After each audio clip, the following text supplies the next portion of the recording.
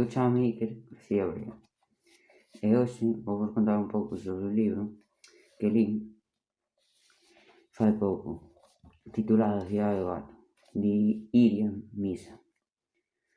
Vai sobre cando a planta nuclear de Chernobyl tuveron que evacuar Pripyat e un dos habitantes, que todos eran nenos, quedaron a vivir ali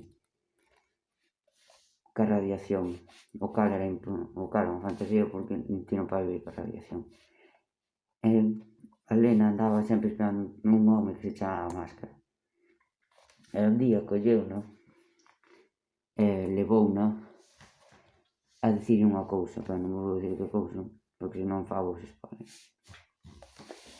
A min este libro, personalmente, gustoume moito, xa que a protagonista, que se chama Lena, ten unha malformación na cabeza e todo se rin dela por eso.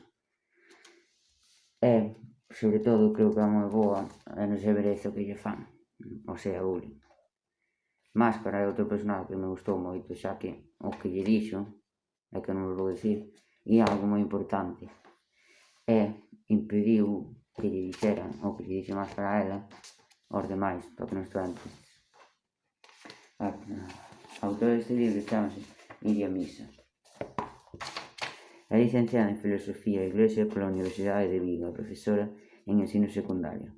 Como autora de literatura infantil, deuse a coñecer coa novela Xa non estou aquí, Xerais 2016, que obtivo o premio Julio Verne de literatura xuvenil. En 2018 publica tamén en Xerais as novelas Segredos do Solpor e Mamá, Quero ser Ziggy Stardust.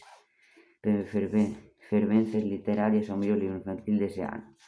Con A cidade do átomo, Xerais 2021, ganou o premio Agustín Fernández Paz da narrativa infantil e xuvenil pola igualdade.